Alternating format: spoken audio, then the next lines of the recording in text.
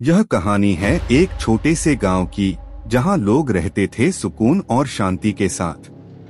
पर एक अजीब माहौल भी इस गांव के ऊपर छाया रहता था।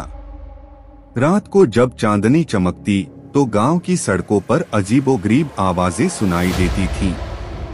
लोग कहते थे कि उन आवाजों में किसी भूत प्रेत की आहट होती है। गांव में एक पुराना हवेली भी था, जिसमें कहीं न कहीं एक डरावना राज छिपा था। वहां के लोग कहते थे कि उस हवेली में रात को कोई अद्भुत शक्तियां चलती हैं।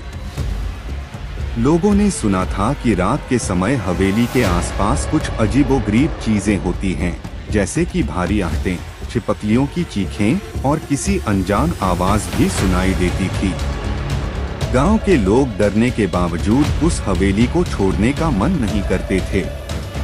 बजाय उसके उन्होंने उसे भूतिया हवेली के नाम से जाना जाता था। लेकिन उनका जानना भी अनजान बातों की कमी को पूरा नहीं कर सकता था।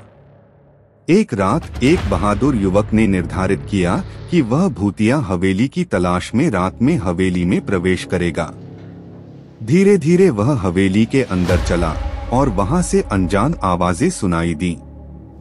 उसने एक अंधेरे कमरे का दरवाजा खोला और उसने एक पुरानी किताब देखी। उसने वह किताब उठाई और पढ़ने लगा। किताब में लिखा था कि यह हवेली एक पुरानी खूनी कहानी के संबंध में है। लोग कहते हैं कि उस हवेली में एक रात को एक खूनी ने अपनी बिखरी हुई दुश्मनी का बदला लेने के लिए सभी को मार डाला था। उसकी आत्मा अब भी हवेली में उलझी हुई है। जब वह युवक किताब पढ़ रहा था, तभी वहां से खूनी की आवाज आने लगी। उसने तेजी से उस हवेली से बाहर निकल लिया और वहीं भागते भागते उसने कहा, यह गांव सचमुच में डरावना है। वह युवक अब भी डर के साथ गांव में रहता है, लेकिन उसे वह हवेली के पास से कभी भी नहीं गुजरने का साहस नहीं करता है।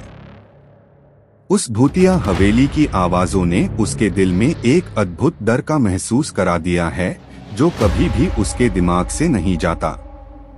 गांव के लोग भी आज भी उस हवेली के बारे में कानूनी कहानियों में अपने अनुभव साझा करते हैं, लेकिन कोई भी अब तक सच्चाई को साबित नहीं कर पाया है।